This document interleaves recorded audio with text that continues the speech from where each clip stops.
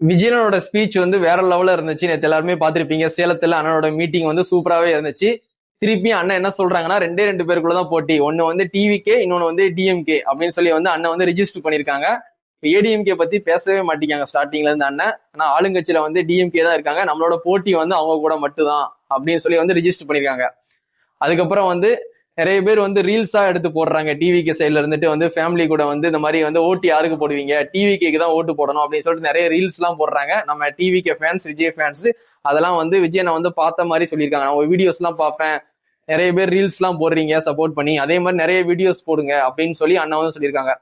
எல்லாத்தையும் வந்து வீடியோஸ் போடுங்கன்னு சொல்லியிருக்காங்க. சும்மாவே நம்ம பசங்க வந்து வீடியோஸா போட்டுட்டு இருக்காங்க டிவிகேக்கு சப்போர்ட் பண்ணி. இப்போ வந்து விஜயனே வந்து வீடியோஸ் நிறைய போடுங்கன்னு சொல்லிட்டாங்க. இதுல இருந்து அண்ணன் வந்து சொன்னதுனால வந்து நிறைய பேர் வந்து வீடியோஸ் போட ஆரம்பிச்சிருவாங்க. 2 மாசம் தான் இருக்கு. உங்களால எவ்வளவு முடியுமோ அவ்வளவு வீடியோஸ் போடுங்க சப்போர்ட் பண்ணி, சரிங்களா?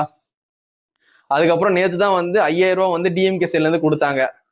மகளிருக்கு கொடுக்க வேண்டிய காசு வந்து அட்வான்ஸா போட்டு விட்டாங்க எலெக்ஷன் வருதுனால.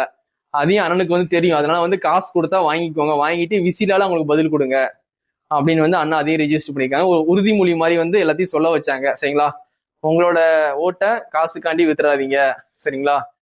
நான் வந்தா நல்லது பண்ணுவேன் அப்படின்னு சொல்லி வந்து அண்ணா வந்து ரிஜிஸ்டர் பண்ணியிருக்காரு, சரிங்களா?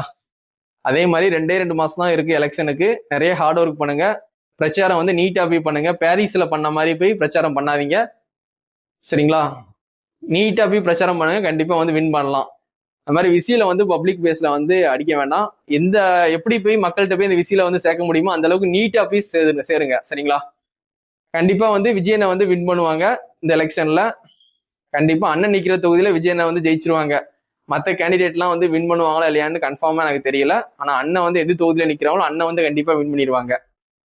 அண்ணன் வந்து சிஎம் ஆவாங்களா மாட்டாங்களான்னு எனக்கு தெரியல. ஆனா அண்ணன் வந்து தோக்க மாட்டாங்க. அண்ணன் நிக்கிற தொகுதியில அண்ணன் ஜெயிச்சிருவாங்க. மற்ற கேண்டிடேட் வந்து அண்ணன் பேர்ல நிப்பாங்க பாத்தீங்களா, அவங்களாம் வந்து ஜெயிக்கிறது வந்து எனக்கு டவுட் தான், சரிங்களா? ஜெயிச்சா சந்தோஷம் தான், சரிங்களா? என்னை பொறுத்த வரைக்கும் டவுட் தான்.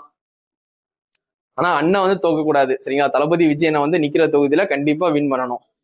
அதுக்கான சப்போர்ட்டை கண்டிப்பா கொடுத்துட்டே இருங்க.